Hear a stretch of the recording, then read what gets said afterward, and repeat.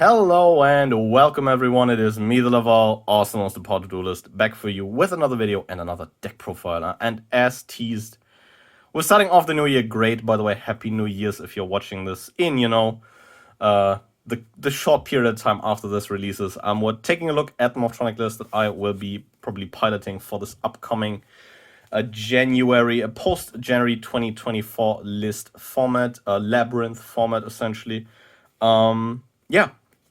As mentioned in the community post, for the people of you that follow the Morphtronic rank grind, this will probably look very familiar.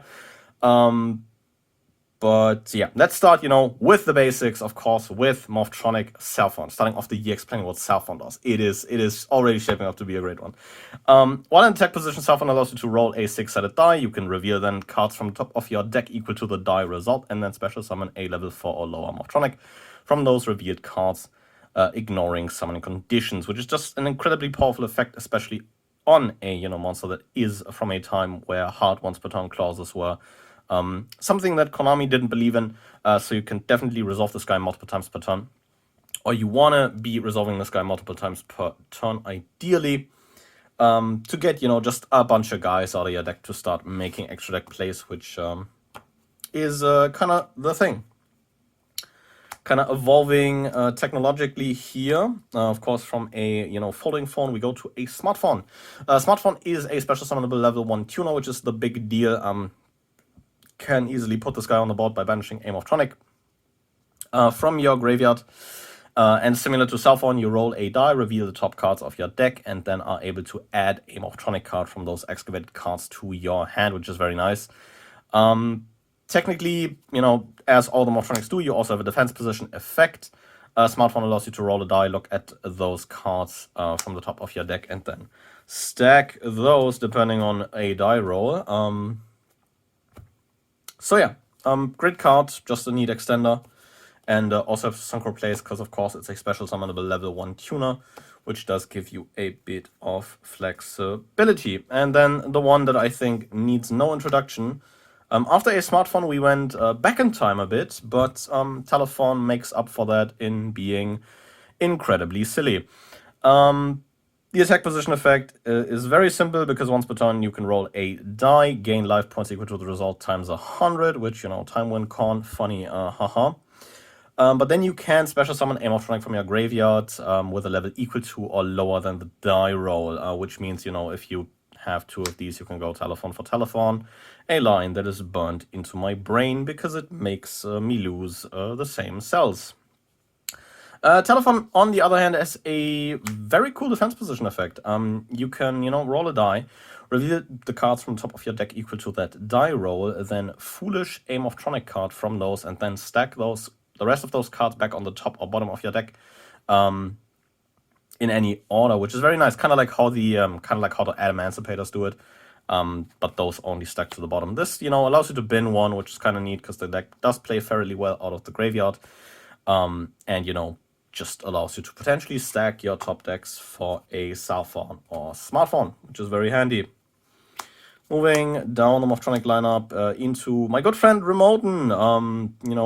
Shout out Morphtronic rank grind, where this guy always shows up when I need him the most, and this guy also searches you what you need when you need it the most.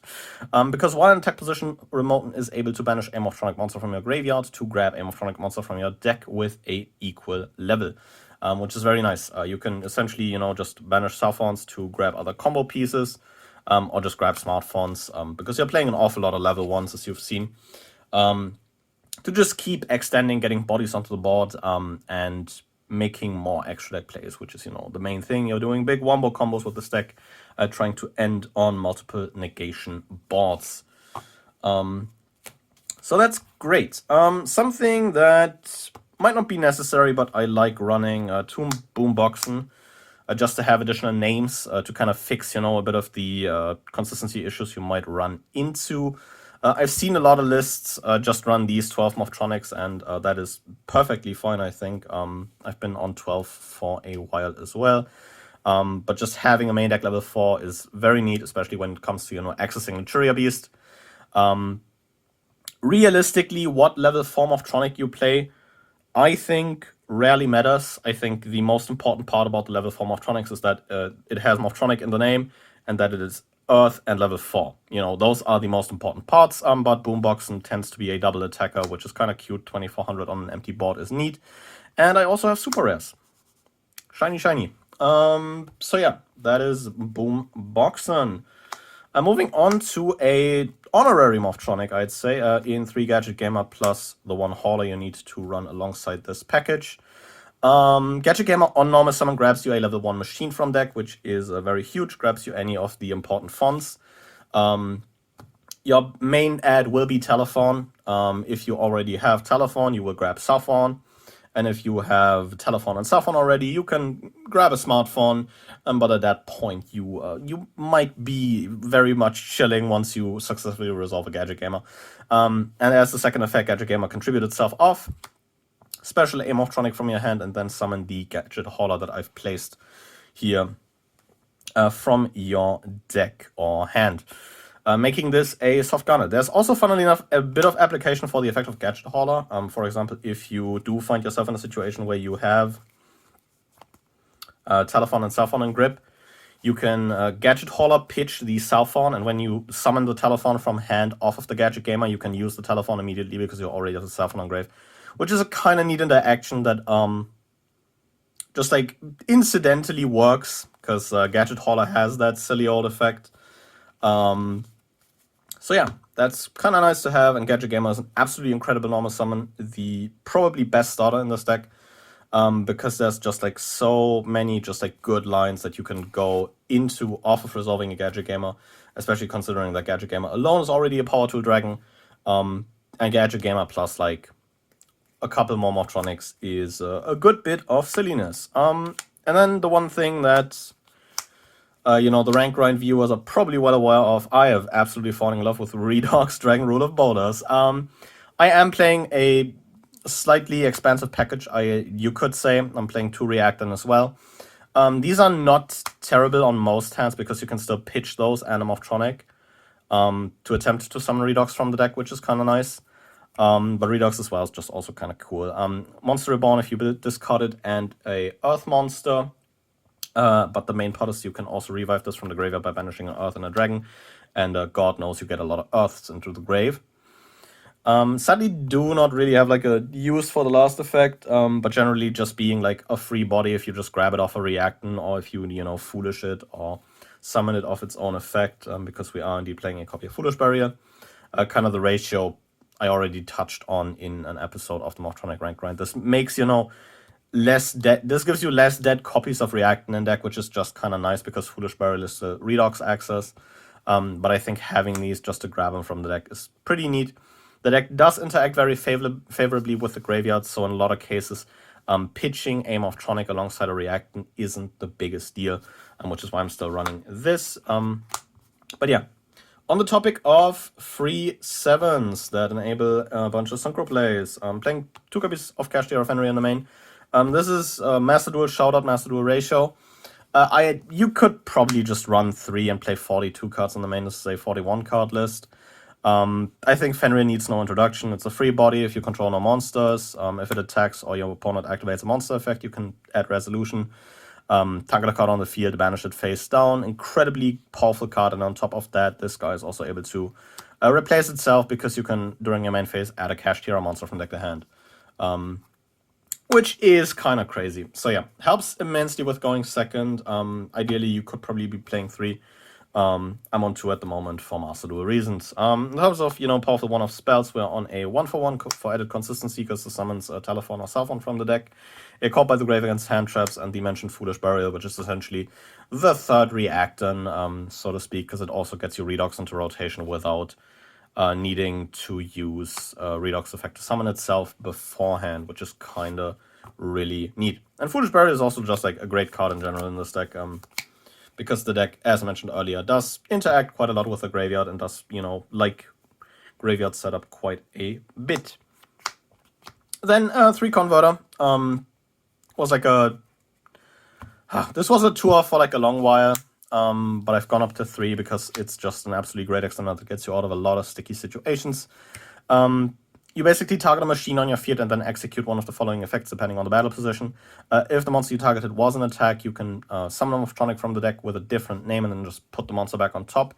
There's a couple cool, cute interactions where you just like put back a Morphtronic, summon a soft one from the deck, and then just use the soft one to summon back the Morphtronic and reset the soft ones per turn effect, which is very cool. But also just like grabbing, you know, specific Morphtronics at like a point where you need them, like a Remoten, is incredibly helpful in like not necessarily making like your combos, you know, a strict A to B to C thing, but it helps you when you've done a bit of A, done a bit of B, done a bit of C, and then you're able to like grab E to like go to F, which is very nice. So yeah, Converter, great card for that. Defense position effects also kind of neat. You swap the monster to attack, and then you can summon a machine from hand. It doesn't come up a whole lot. It's mainly basically just like an E tally. So yeah, still a great card. Absolutely do not regret going up to 3 there. Also another classic 3 of 3 copies of Morphtronic Repair Unit. It's just an extender you can easily grab off of OG Power Tool Dragon. You discard a Morphtronic and then target a Morphtronic in your graveyard to summon it, equip it with this card. Kind of archetype of Premature Burial, which is just good to have, you know, just very good to have. Not a whole lot else to add here. And then before we get into the non-engine, Braver equips Life Extreme for the battle, for the you know, attack reduction.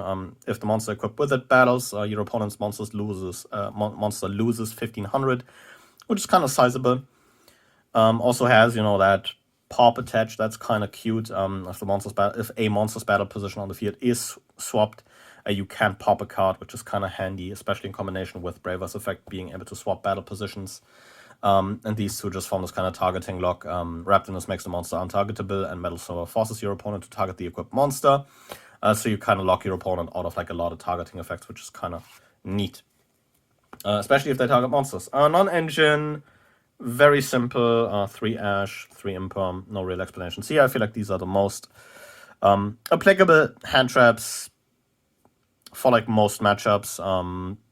So I went with those.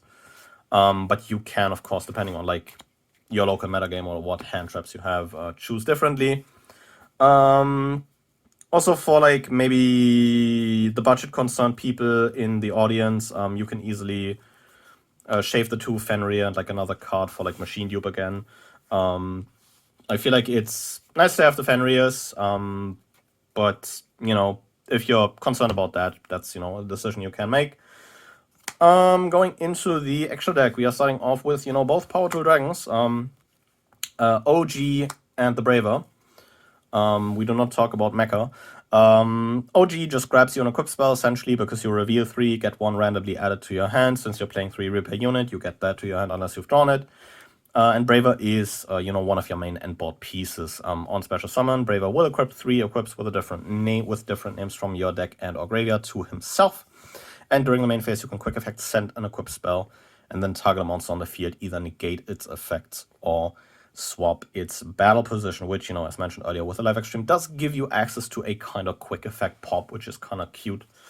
So these two, I feel like, are very mandatory inclusions if you want to run, like, you know, an equipped style Morphtronic deck. Playing an Exile Synchro Stardust, because it's a good way to extend into Braver. On Synchro Summon, this revives a level 2 or lower tuner, which will in a lot of cases just be a telephone you got into rotation off of a Gadget Gamer. Since you can, you know, Gadget Gamer, telephone hauler, make Power Tool grabs your Repair Unit. Use the Repair Unit to bring back a telephone. Use Power Tool and the telephone to make this guy, and this guy will bring back the telephone to already enable Braver, which is very neat. Since that's a very helpful bridge into that. I do like that. I'm honestly considering running like OG Stardust for the second effect, because you can tag it out if you have OG Stardust, and then kind of Exile Synchro. We're playing a couple generic negate pieces in Baron the Fleur and a Borreload Savage Dragon. And, you know, something a bit less generic in the Trivia Beast, because the Walking IO is good, especially because this deck does have access to it because it's very earth heavy. For a bit of utility, the one Morphtronic Earphone, just an easily made level 4 synchro that you can make off of Remoten and Cellphone. This could have had no effects, I feel like, and still be a great card, but it has two pretty good effects. On summon, this can turn one of your monsters into a tuner, which does enable some silliness. And also this can, from field or graveyard, equip itself to a Synchro monster you control, giving you essentially free fodder for your Braver Dragon's effect each turn, which is rather nice. And then the last Synchro slot in this list goes to Formula Synchron. I'm back on this. Just easy, good to make with like a level 1 tuner and level 1 non-tuner. Saffron Telephone, Saffron Smartphone get you all there. And then it's just a draw. This is Upstart Goblin in the extra deck, but it's also just like a neat card to have. Very expansive Link lineup. Playing the greatest Link monster ever printed in Underworld Goddess of the Closed World helps a whole lot if you're playing into boards. Goddamn, how many times I White Woman jump scared opponents in Master Duel? Insane. An Appaloosa for some quick and easy negates, an access code Talker for some quick and easy OTKs, and then a Nightmare Unicorn and a Nightmare Phoenix for some spot removal. Yeah, just move these over here. An IP Masquerade now, because it's either a decent import piece or just like a decent Link 2 to make, and a Link 1 that you can make with Telephone, Saffron, and the rest of the Fun Brigade to easily get monsters into graveyard, continue extending, and just, you know, maybe turning those into different names for like an Appaloosa, which is very handy. Not a whole lot of, you know, thought behind links. Links are just kind of great. So yeah, that will be all. As mentioned, for the people, you know, familiar with the Morphtronic rank grind, and seeing, you know, watching my Master Duel content, you will be very familiar with this list. And for the people that are not familiar with it, if you want to see me playing this list or want to see this list in action, do consider checking out the playlist for the Morphtronic rank grind, especially the most recent couple episodes. We're getting ever closer to Diamond. And if I can do it with like a very silly list that runs like a very silly tech in Redox, I'd be more than happy to do so, because I like silly things. Reasons why I am playing this deck. Number 385 to be exact. But yeah, with all that out of the way, I would like to thank you guys very much for watching, and I will see you guys again next time. But until then, goodbye.